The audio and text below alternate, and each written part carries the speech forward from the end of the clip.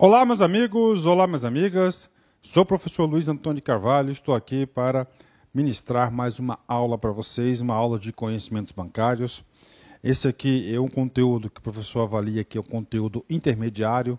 Por que, professor, intermediário? Porque ele ajuda o aluno a entender toda a estrutura do sistema financeiro nacional e para questões de concursos, quero falar para vocês que o grau de possibilidade desse assunto cair em prova, ele não é tão assim elevado, tá?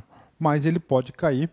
Nós temos aí no passado algumas questões que cobraram esse assunto.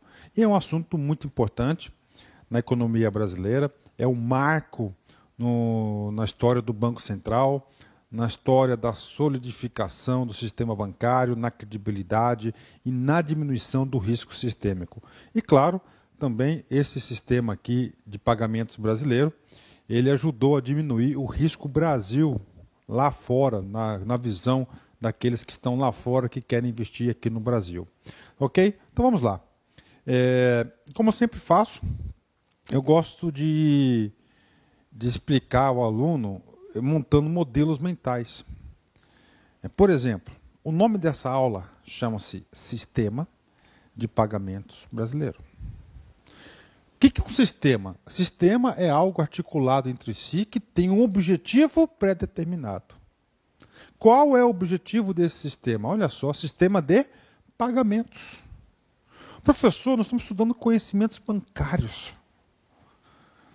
Tem pagamento? Claro que tem pagamento, diversos pagamentos brasileiros. Ou seja, nessa aula, nós iremos explicar para vocês onde se dá e como se dá a compensação de todos os principais pagamentos no Brasil. Então é o seguinte, como assim, professor, compensação? Todos os dias, todo minuto, todo segundo, todo instante, ocorrem fatos na nossa economia, fatos na vida das pessoas que recorrem ao banco. Por exemplo, pagamento de um cheque, pagamento de um boleto, recebimento de um boleto, de uma duplicata, um saque, uma transferência, um DOC, um TED. Todos esses elementos envolvem o quê? Diversos bancos. E o sistema de pagamentos brasileiro vem organizar e ditar regras para que isso aconteça no Brasil de forma satisfatória. Ok? Então vamos lá. Não sei se conseguiram entender aí o que vem a ser o sistema de pagamentos, né? A gente já vai apresentar uma figura que isso vai ajudar bastante. Então, qual que é o conceito básico desse sistema de pagamentos brasileiro? A função básica é de transferir, a função básica de um sistema de pagamentos é, atenção, transferir recursos, bem como processar e liquidar pagamentos para as pessoas, empresas, governo, Banco Central e instituições financeiras, ou seja, praticamente todos os agentes que atuantes em nossa economia. Então está aqui. Então essa aula aqui, a gente vai explicar para vocês como é que ocorre isso. Então é o seguinte, cara, nós temos aqui, todos os dias nós temos transações de recursos, não é isso? Olha aí, todas as pessoas. Cara, pronto. Primeira pergunta que eu faço para vocês. Aonde que você acha que deve se processar esse sistema de pagamentos brasileiro? Professor, eu não estudei isso. Sim, não estudou, mas eu quero que você tenha dedução agora, que você faça um discernimento. Você acha que isso aqui deve ocorrer no âmbito da Caixa Econômica Federal? Não. Professor, Banco do Brasil? Não. Da onde? Do Banco Central do Brasil. O Banco Central não é o banco dos bancos? Sim. Então, o Banco Central do Brasil, numa condição, nesse momento, superior às demais instituições operadoras do sistema financeiro nacional, dentro do Banco Central, ele é o responsável por transferir, processar e liquidar os pagamentos no Brasil. Professor, como é que ocorre isso? Está aqui. Por exemplo, agora sim, esse aqui é o sistema de pagamentos brasileiro. Por exemplo, vamos olhar o exemplo aqui do LAC Concurso. Nós temos convênio com a Caixa Econômica. Você né? Aqui está você, ó. Certo? Oh, bonitinho, né? Você foi lá no site do LAC Concurso, você emitiu um boleto. Certo? Olha só, um boleto. Só que você pagou o boleto no Banco Itaú. Ou seja, o seu dinheiro, né, foi para o Banco Itaú. O Banco Itaú tem que repassar o dinheiro para a Caixa. Primeira pergunta importante. Jamais o Banco Itaú vai repassar diretamente, passa aqui, ó. Jamais o Itaú vai repassar diretamente, tá, o recurso para a Caixa Econômica. Jamais isso vai acontecer. Ou seja, o Banco Itaú vai receber o dinheiro, claro, que ele vai ser remunerado por isso, né? E ele vai ser processado dentro do Banco Central e o Banco Central que vai transferir o recurso para a Caixa Econômica.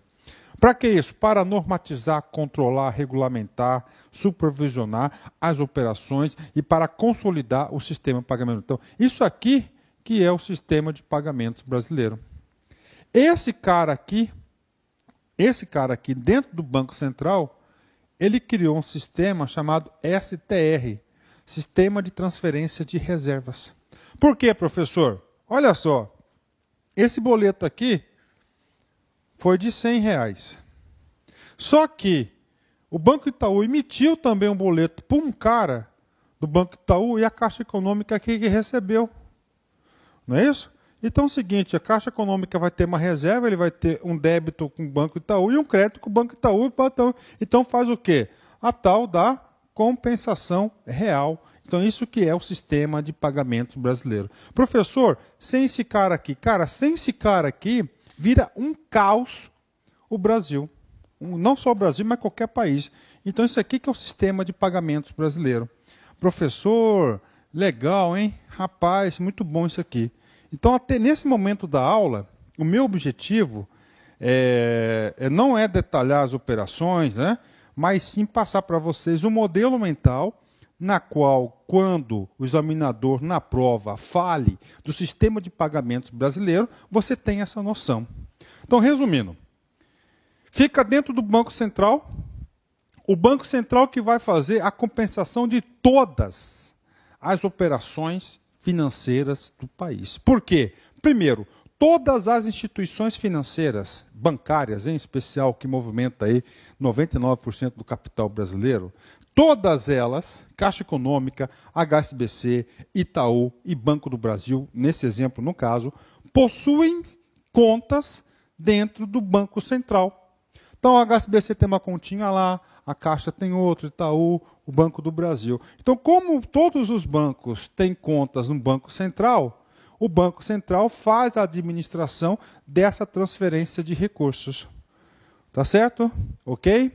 É papel do Banco Central? Claro, isso é zelar pelo sistema financeiro nacional. Aqui ele consegue perceber o que? A saúde financeira das instituições financeiras aí, saúde econômica e financeira dessas instituições.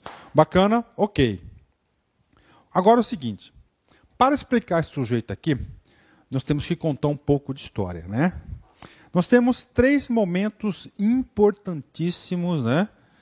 3 momentos importantíssimos na história do Brasil sobre o sistema de pagamento. O primeiro momento, né, que eu chamo aqui antes dos anos 90, né, lá na década de 80, antes dos anos 90, né? O que acontecia antes dos anos 90? O sistema de pagamentos brasileiro sempre existiu, né?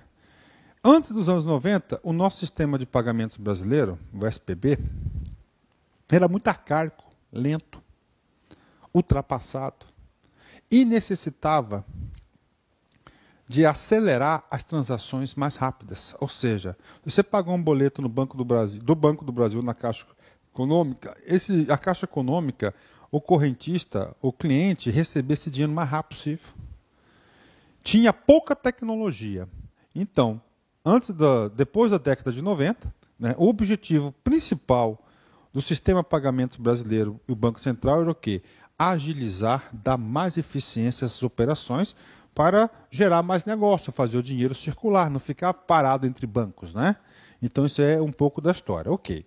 Então lá, até meados dos anos 90, as mudanças do sistema de pagamentos brasileiro, SPB, foram motivadas pela necessidade de se lidar com altas taxas de inflação e, por isso, o progresso tecnológico então alcançado visou principalmente o aumento da velocidade de processamento das transações financeiras. Então, olha só, além de ser um sistema não muito informatizado antes, nós lidávamos com inflação. O que acontece com a inflação, né? A inflação ocorria, nessa época, em desvalorização diária. Então, você pagou um boleto de R$100, por exemplo, vai receber daqui 7 dias, você não tem mais R$100. É menos, porque a inflação... Então, o sistema de pagamentos brasileiro, a prioridade nesse momento era o quê? Acelerar. Isso você acelerava com o quê? Mapeando os processos, investindo em tecnologia. Então, essa era a preocupação maior, né? Ok, tranquilo, né? Só que o que aconteceu? Em 1995, nós temos a instituição do quê? Do Plano Real. Com a instituição do Plano Real, para o setor bancário, houve grandes mudanças, significativas mudanças. Você sabe por quê? Você sabe qual era o cara que mais ganhava dinheiro com a inflação? Eram os bancos. Professor, como assim os bancos? Simples. Olha só, você tem dinheiro na sua conta corrente, R$100. Daqui 30 dias não vale mais R$100. Então, isso era o ganho inflacionário. Então, as instituições financeiras tinham lucros gigantescos com a inflação. E de um dia para o outro, nós não tivemos mais as inflações, mais inflação. Esse ganho, as instituições financeiras perderam esse ganho. E aí, prof, como é que ficou a história? Ficou o seguinte, olha só. Ficou o seguinte. Os bancos começaram a ter uma derrocada. Uma perda significativa de receita. E eles passavam a ter receita através da prestação de serviços, né? E através do que? Dos juros, empréstimos, né? Empréstimos concedidos, captação de recursos, assim por diante. Ou seja, os bancos tiveram uma queda muito grande. E com essa queda muito grande, fragilizou muito o quê? O sistema de pagamentos brasileiro. Você sabe por quê? Porque a compensação ocorria sempre no dia seguinte. Vamos supor o seguinte caso, tá? Olha só, o seguinte caso. Aqui tem, banco A. E aqui tem, o banco B. Aqui vou colocar 01, dia 1º. Vou colocar 1º de janeiro. Eu sei que não tem expediente bancário, mas só para explicar aqui. O banco A, tá? Ele tem que repassar para o banco B, olha só, 5 milhões, ok? E o banco B tem que repassar para o banco A, 2 milhões. Moral da história. O banco A, ele vai ter que passar para o banco B. É claro que tudo isso ocorre dentro do Banco Central, né? Uma diferença de 3 milhões. Só que ele ia passar esse dinheiro de 3 milhões, olha aqui, nesse dia aqui, 3 milhões. Como assim, professor? A compensação do sistema de pagamentos brasileiro está aqui. Acontece o seguinte, então acontecia sempre no dia posterior. Só que o Banco Central, na sua conta, o Banco A, lá na sua conta no Banco Central, tinha saldo zero. Tinha saldo zero. Ou seja, não tinha os 3 milhões para passar para o banco B. O que acontece? Ocorre um desequilíbrio no sistema financeiro nacional. E aí? Cara, pensa só. O banco B está precisando desses 3 milhões. Porque ele tem compromissos, tem dinheiro dos outros. O banco trabalha com o dinheiro dos outros, né? Aí ele não recebe aqui, consequentemente o banco B deixa de pagar o banco C, o banco D deixa de pagar o banco tal, gera o quê? O famoso risco sistêmico do sistema financeiro brasileiro. Pronto. Só que isso, o que acontecia daí? Aí o Papai do Céu, no caso aqui, o Banco Central emprestava dinheiro para o banco A e mandava o dinheiro para o banco B. Tá? Isso, que eles tinham a obrigação de fazer isso. Pronto. Isso acontecia muitas vezes. O que aconteceu aqui? Ó? Quebra do Banco Econômico, quebra do Banco Nacional, aquele lá do Ayrton Senna, lembra? Poxa, olha, eu lembrei agora de muitas coisas boas, né? Então, o que acontece, gente? Então, o sistema de pagamentos brasileiro tinha que passar por uma outra roupagem, tinha que se modernizar, tinha que diminuir o risco sistêmico. E assim fez. E isso que o examinador quer saber de vocês. Então, é o seguinte, na reforma conduzida pelo Banco Central em 2001 e 2012, então, olha só, o foco foi direcionado para a administração de riscos. Ou seja, nessa reforma que eu vou explicar para vocês, que até hoje é válida sobre isso, visava o quê? Eliminar esse tipo de situação. Porque sempre ficava para pagar a conta o Banco Central. Professor, antecipa um pouco essa história. Sim, vou antecipar. O Banco Central, graças a Deus, conseguiu reduzir ao máximo, né? O máximo não, reduzir a patamares considerados satisfatórios esse risco no Brasil. Tá certo? Então é o seguinte, nós tivemos aqui o primeiro momento, tá? Que foi antes da década de 90, que fator de inflação queria dar agilidade. Aí veio o Plano Real, continuou na mesma coisa. Aí do Plano Real até 2011, 2012, vários grandes bancos quebraram no país. E quem pagou a conta foi o Banco Central. Todo o sistema de pagamento do Brasil estava em risco. Tá? Porque ia chegar uma hora que o Banco Central ia perder a sua capacidade de emprestar dinheiro para os outros. Né? E aí ferrou. Quebrou o Brasil. E aí, em 2001 para 2012, eles criaram essa reforma do sistema de pagamento brasileiro, que a gente passa a explicar agora. Nessa linha, a entrada em funcionamento do sistema de transferência de reservas. Então, criou esse sistema, né? A data do aniversário dele, dia 22 de abril de 2012, data daquele ano, marca o início de uma nova fase no sistema de pagamentos brasileiro. Pronto. Então, qual foi a solução encontrada? Criar o sistema de transferência de risco. Se cair na prova, qual que é o foco dessa nova fase do sistema de pagamentos brasileiro? É eficiência? Não. Qual que é?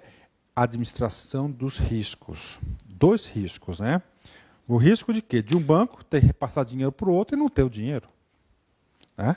Então, dois riscos. Vamos lá. Só mais um pouco da história.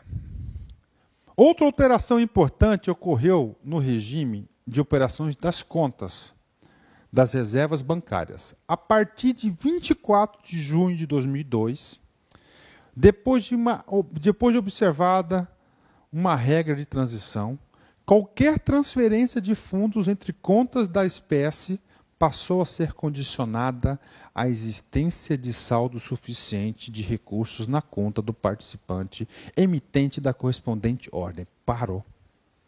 Então essa data ela é muito importante. A partir do dia 24 de junho acabou o saldo descoberto. A transferência de recursos para uma instituição sem ter saldo. Então o sistema de transferências de reservas normatizou e acabou com essa folia. Olha só. Qualquer transferência de fundos entre contas da espécie passou a ser condicionada à existência de saldo suficiente para recursos na conta do participante emitente da correspondente ordem. Ou seja, a partir dessa data, o Banco Central não iria mais cobrir o saldo descoberta para cobrir aquela operação. É claro que teve uma transição para que os bancos se enquadrassem, né? Ok. Com isso, houve significativa redução do risco de crédito incorrido pelo Banco Central do Brasil. É claro, essa medida aqui foi importantíssima, né? Agora, professor, então olha só, então agora, a partir dessa data, dia 24 de junho, só transfere dinheiro de uma conta para outra, dentro dos STR, que é o Sistema de Transferência de Reserva, se o cara tiver saldo, ok. Mas só isso, só você implementar essa regra, não é suficiente. Você tem que criar instrumentos para que essa regra ela se torne viável em relação a isso. Qual que foi a solução encontrada? A solução encontrada foi a criação de 12 grandes instrumentos que despencam em concurso, que foi o DOC e o TED. Então, o DOC, o documento de crédito e a transferência eletrônica disponível, que é o TED, então DOC, documento de crédito, e TED, transferência eletrônica disponível, foram os 12 grandes instrumentos que possibilitaram que isso tornasse realidade. Tá? Isso foi importante. Por quê? Porque passou a ser a tempo real. Né? Passou a ser a tempo real. Legal? Quero passar para vocês aqui o seguinte. Então, a reforma conduzida pelo Sistema de Pagamentos Brasileiro em 2012 tinha o foco de quê? De reduzir os riscos. Né? Agora, por que nós tínhamos um alto risco em 2002? Eu já expliquei para vocês aí algumas, com as minhas palavras, alguns dos motivos que levavam o nosso sistema de pagamentos brasileiro a ter um elevadíssimo risco. Mas agora a gente coloca no papel para deixar registrado. Primeiro, não existência de tratamento diferenciado para transferência de valores elevados. Ou seja, se você transferisse, olha só, R$1.000, não é isso? Ou R$100.000, o procedimento era o mesmo. Agora não. Agora nós temos tratamentos diferenciados. Nós temos o DOC e nós temos o TED. Tá certo? Professor, eu quero esse cara aqui, ó, R$1.000. Você vai usar o TED. Tá certo? O TED é em tempo real. Olha aí. Então, por que tempo real? Então já certifica o seguinte. Então é o seguinte, ó. Antes não tinha essa diferenciação. Então você processava aí muitas contas pequenas e umas contas aí de valores pequenos e umas poucas, mas com valores consideráveis. Agora no TED é o seguinte, o TED, antecipando para você, é tempo real. Ó, banco A, o cliente do banco A está mandando dinheiro para o banco B. Opa, o que acontece aqui? O Banco Central só autoriza a transação se o banco A tiver saldo lá no Banco Central suficiente para cobrir essa operação. Pá, mandou lá em tempo real, acabou. Ou seja, diminuiu o risco sistêmico, né? Diminuiu aí o grande risco sistêmico, olha aí, entre os bancos. E o banco passou a se preocupar com isso, porque se o cliente tem R$100.000 que quer transferir na hora, e ele não consegue transferir, olha só, olha a situação, preste atenção aqui, para tudo, é complicado. Eu sou cliente do Banco Real, de um banco A. Eu tenho 100 mil na minha conta, eu tenho que transferir para o banco B. A minha operação não foi aprovada. Por quê? Não tenho saldo? Eu tenho saldo. Só que o banco A não tem saldo suficiente para cobrir essa operação lá no Banco Central. Ou seja, o banco A vai ter sérios problemas comigo. Agora, dentro do sistema financeiro nacional, fica preservado. Diminuiu a uma pessoa só. É claro que o Banco Central tem instrumentos aí para fazer a devolução desse recurso. Bacana? Vamos para frente aqui. Acerto das contas dos bancos só procedia no dia seguinte, que eu acabei de passar para vocês. Então, cara, vira e mexe, o Banco Central entrava com o dinheiro dele. Para evitar o colapso do sistema de pagamentos, o Bacen era obrigado a intervir no sistema sempre que um fato acontecia. E, lamentavelmente, todos os dias acontecia um fato aí que o Banco Central tinha que fazer essa intervenção. Pronto. E agora? Agora, a liquidação em tempo real. Então, depois dessa reforma de 2002, tá? passou a ser em tempo real. Olha aí, ó.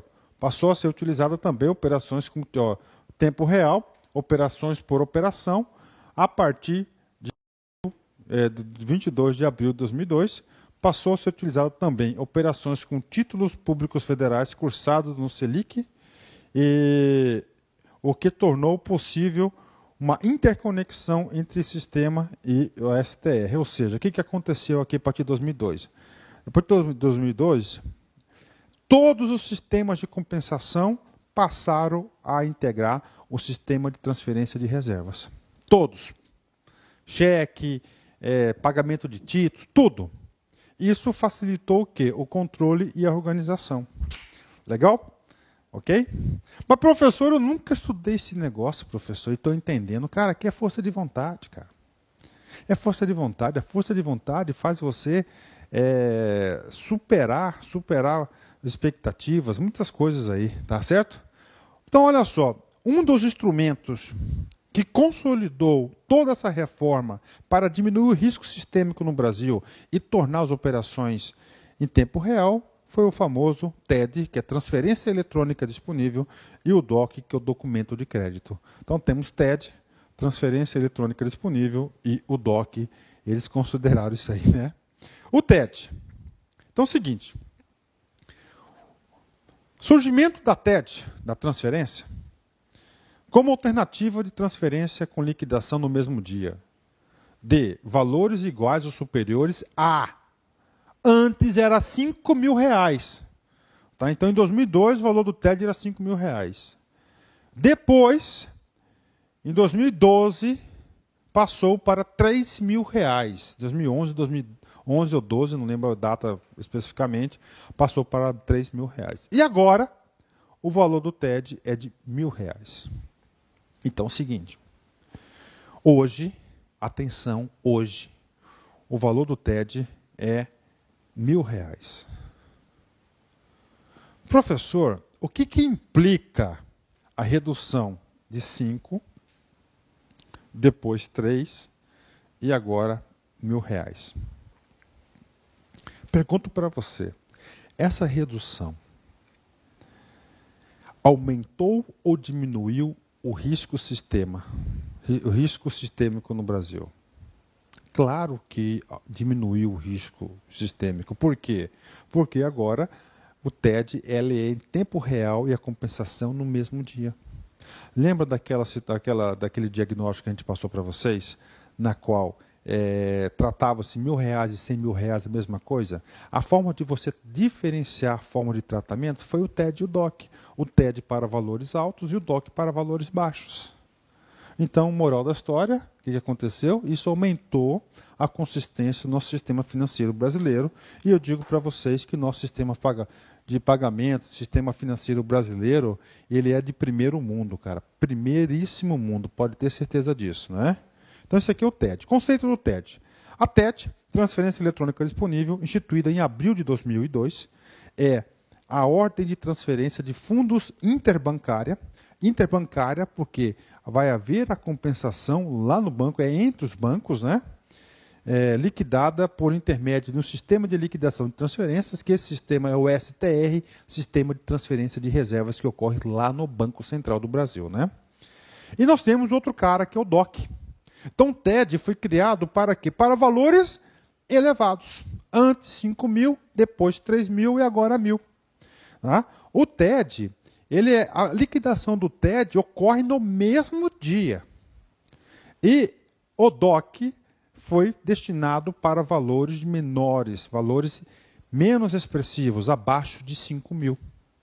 Então, abaixo de 5.000. O DOC, a compensação dele é de 2 dias. O TED é 1 dia. Então, o Banco Central se preocupou com os altos valores ser liquidado no mesmo dia. Por quê? Os valores são poucos, mas o volume de dinheiro transacionado é muito maior do que os pequenos valores. Em quantidade de operações e transações, é claro que o DOC é maior, tá? Porque são pequenas operações. Então é o seguinte, ordem de transferência de fundos interbancária, se tiver bancária aqui está errado, tá? É intrabancária, por contas a favor de pessoas físicas ou jurídicas, clientes de instituições financeiras, e somente podem ser remitidos e recebidos pelos bancos comerciais, bancos múltiplos com carteira comercial e caixas eletrônicas. Então, são bancos monetários aí que podem editar. Agora é o seguinte, tá? O DOC somente pode ser emitido no valor de até R$ 4.999. E sua liquidação ocorre no dia útil seguinte à data da emissão. Olha só, o dia útil seguinte. O outro é o quê? No mesmo dia. Então vamos lá, a questão de datas pode cair na prova, questão potencial. TED, qual é o nome do cara? Isso, transferência eletrônica disponível. Liquidação no dia da operação. Se você conseguiu fazer a operação no dia, pronto, tá? DOC é o quê? DOC, ela é no dia útil seguinte da transação. Muito rápido, né? TED, valor 1.000. DOC, abaixo de 5.000. Ok, né? Então é o seguinte. Eu vou dar uma situação para vocês aqui. Você tem R$3.000. Tá? Pergunto. Você vai usar o TED, você vai usar o DOC, ou você vai usar ambos? Tá aí.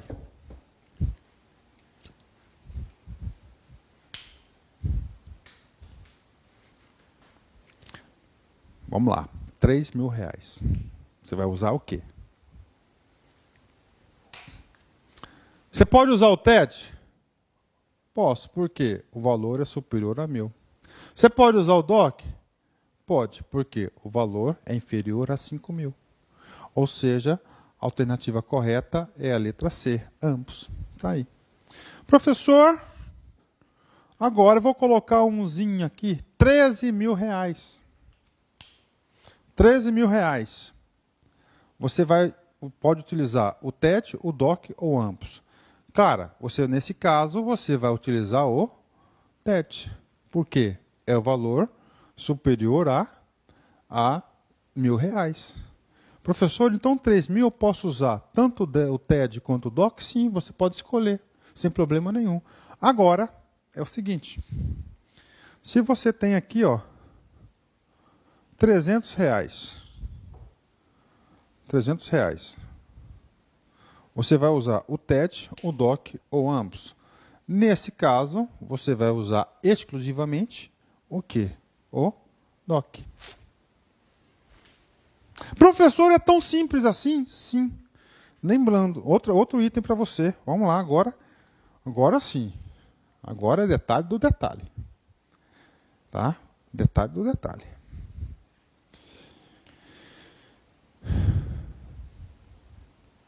R$5.000.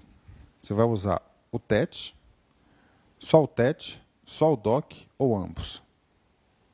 Nesse caso, de 5.000, você vai usar só o TED. Tá certo? Professor, eu vou tirar R$1 desse cara. Então tira. 4.999. Agora, você pode usar o TED e você pode usar o DOC. Ou seja, você pode usar ambos. Ah, professor. Professor, confesso para o senhor que eu não gostava nem de entrar em banco.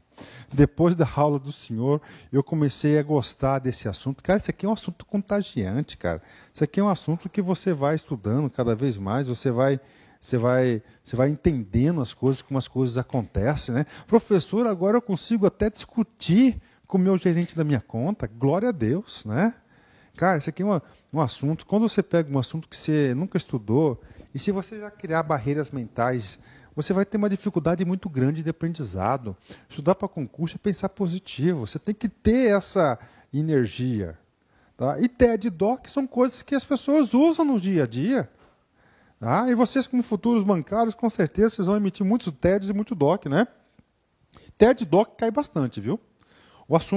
Desse assunto aqui de sistema de pagamentos brasileiro, o item que é mais cobrado pelas bancas, todas elas, CESP, ESAF, Sengan Rio, FCC, CESAF não faz concurso em área bancária. É o quê? O tal do TED e o tal do DOC. Se sabendo disso, melhor aprender esse cara. E aqui você tem certeza que você aí não vai, como é que fala assim, você não vai ficar a ver navios de nada, você vai aprender tudo. Outra coisa do DOC, que já caiu, nós temos dois tipos de DOC. DOC tipo D e DOC tipo E. Tá? O professor tem que saber o que esse DOC E e D, claro.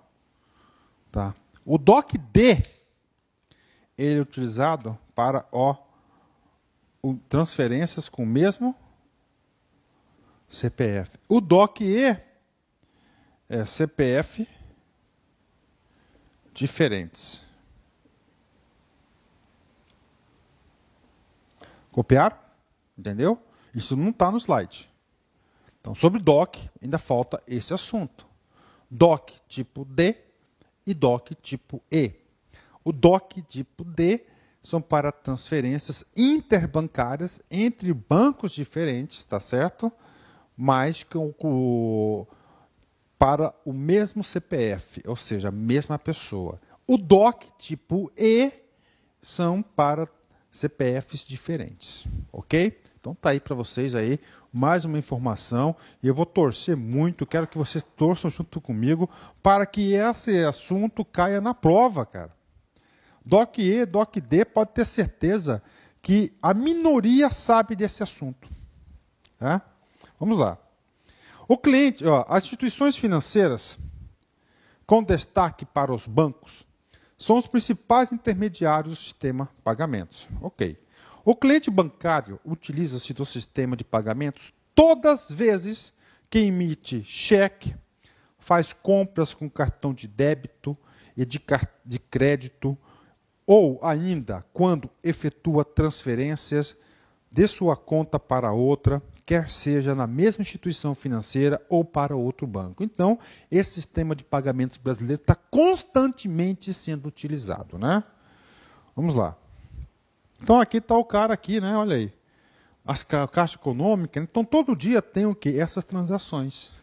Entenderam, gente? Viu como é tranquilo? Né? Vamos lá.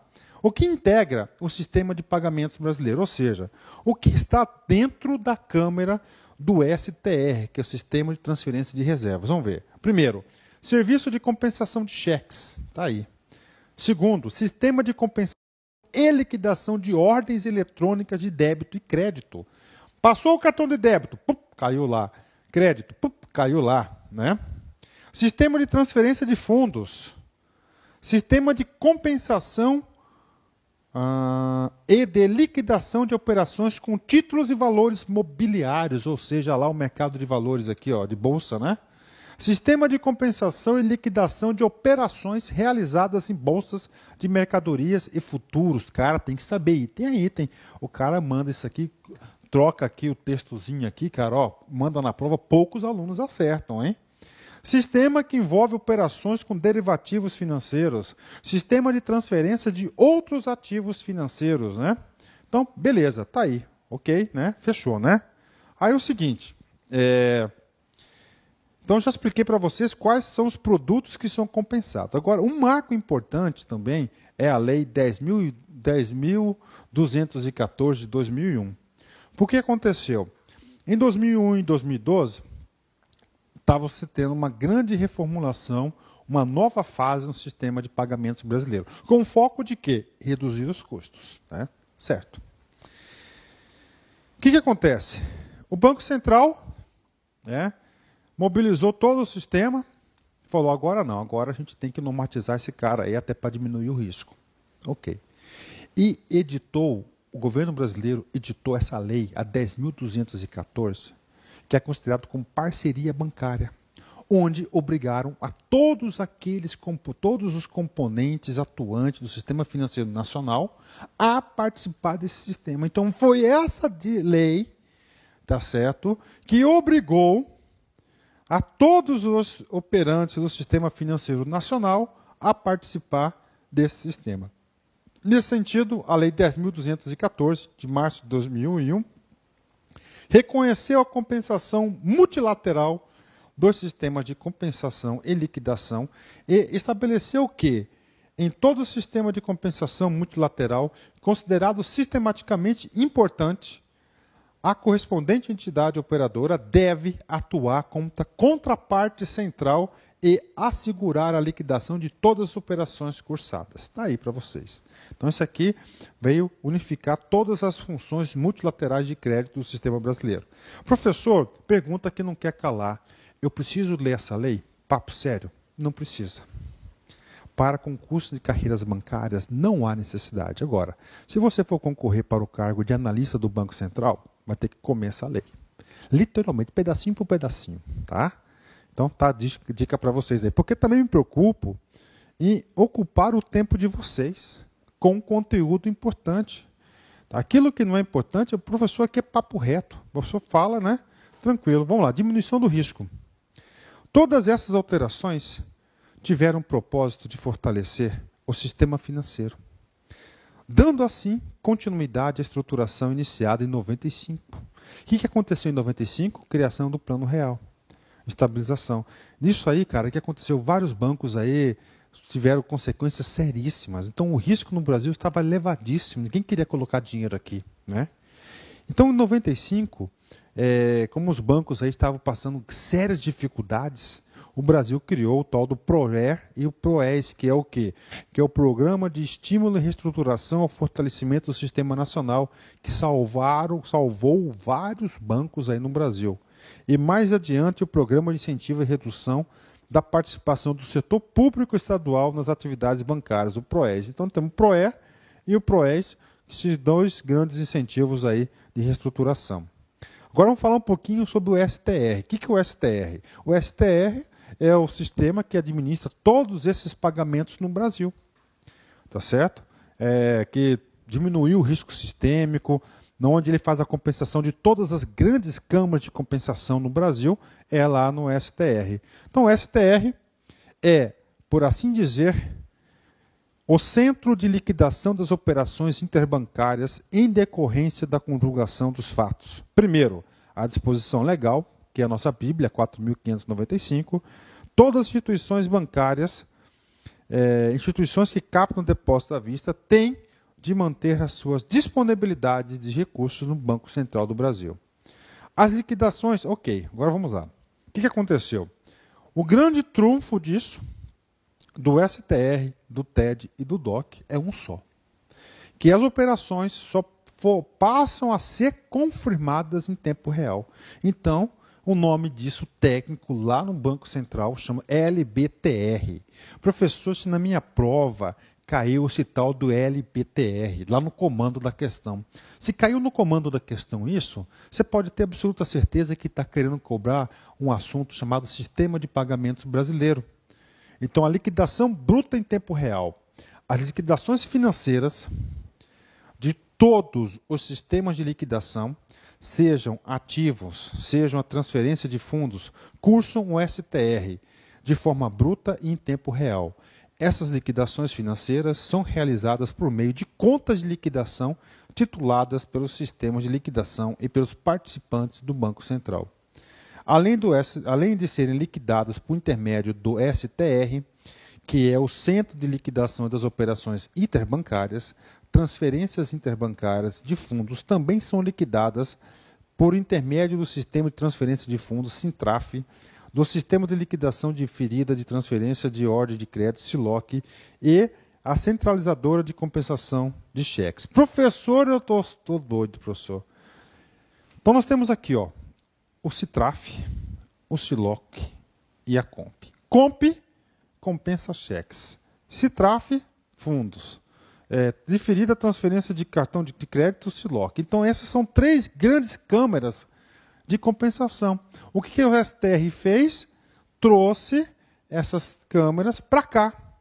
Então aqui é uma visão macro do sistema de transferência. Então nós temos aqui, ó, instrumento de pagamento, cheque. Está lá no STR. Ó. Transferência de crédito, nós temos aqui, ó, TED, DOC e cobrança. E nós temos cartão de crédito. São as três grandes transferências. Ó. Esse cara aqui é a COMP, esse aqui é o CITRAF e aquele lá é o SILOC, tá? Então esse cara aqui é o COMP, esse cara aqui é o CITRAF e esse outro cara aqui é o SILOC. Cartão de crédito. Tá aí. COMP, aí. Pronto aqui. Ó, cheque, D+1. Tá? Transferência aqui de TED no dia, D+R. DOC, D+1. Cartões de pagamento, D+1. Cielo e Redcar, D+1.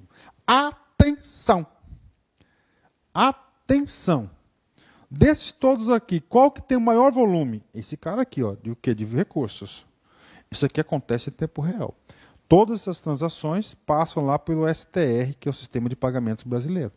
Detalhe, pode ter certeza, o CESP, a FCC, a Cisne Gran Rio, pode querer cobrar isso de você. Ó, Redcard multilateral, qual que é o tempo de compensação no STR? D+1. Então, todos são D+1, esse cara aqui é o D+0, que é no dia. D+0 é a liquidação no dia. D+1 é o dia da ocorrência mais um dia útil, viu? Então, atenção, ó. Instrumentos de pagamentos, compensação e liquidação. É bem ilustrativo essa imagem aqui, né? Professor, qual que foi o benefício disso? Muito fácil. Primeiro, possibilidade de transferência imediata e agilidade. E segundo, a mais importante na minha opinião, a segurança e confiabilidade, à medida que reduz o risco sistêmico. Então isso aqui foram medidas super importantes aí no sistema de pagamentos brasileiro, né? Exercícios, vamos lá. Caixa Econômica Cisne Gran Rio 2008. Olha aí. O sistema de pagamentos brasileiro é o conjunto de procedimentos, regras, instrumentos e operações integrados que, por meio eletrônico, dão suporte à movimentação financeira entre os diversos agentes econômicos do mercado brasileiro. A sua função básica é, ou seja, o que o comando da questão está pedindo? Ele quer saber de você se você sabe, tá? Se você sabe qual que é a função do sistema de pagamentos brasileiro. Ou seja, foi lá no início da nossa aula, aqui. Permitir transferência de recursos financeiros e o processamento, liquidação, pagamento para pessoas físicas, jurídicas entre entes governamentais. Você acha que está certo ou está errado essa função do sistema de pagamentos brasileiro? Se você prestou o mínimo de atenção no professor que lhe explica, tenho certeza que você vai marcar certa. Tá aí. B. Realizar a adaptação das instituições financeiras brasileiras aos mercados bancários internacionais, facilitando o pagamento e movimentação financeira? Não. Está errado. Isso aqui não é função do STR, né? O STR é o quê? Permitir o quê? Tempo real, fazer uma compensação. Então está errado, né? C. Conduzir as operações de redesconto e de transferências unilaterais de crédito entre pessoas físicas jurídicas? Não. Conduzir a operação de redesconto é uma atividade não de ser um pagamento, mas do Banco Central em si. Está errado. D. Conduzir as operações de pagamentos no mercado bancário e comercial brasileiro, utilizando o sistema de compensação nacional? Não, isso aqui é da COMP. Se fosse COMP o comando, cara, estava certo, né? Tá? Só que ainda pagamentos no mercado. Falou que é cheque. Está errado aqui, nem COMP não seria. Que tem que estar cheque aqui para falar que é COMP. D. Reestruturar as operações de empréstimos e pagamentos, principalmente as operações de leasing, não tem nada a ver, isso aqui é crédito, lá é o quê? É liquidação, compensação. Pronto, terminamos essa mais uma aula para vocês aí, né? Aí nós temos aqui uma imagem que diz tudo, né? Temos aqui um galo, temos as galinhas lá, todas elas perdidas, né? E o galo aqui pegou e foi primeiro. As galinhas estão começando a acompanhar. Esse galo aqui é o líder. Olha a mensagem. O verdadeiro líder não te diz o que tem que fazer. Te mostra como fazer. Olha aí. Te mostra como fazer. Isso que o professor faz. Mostra o caminho e você caminha. Tá? Forte abraço, fique com Deus e até a próxima. Tchau, tchau. Clique lá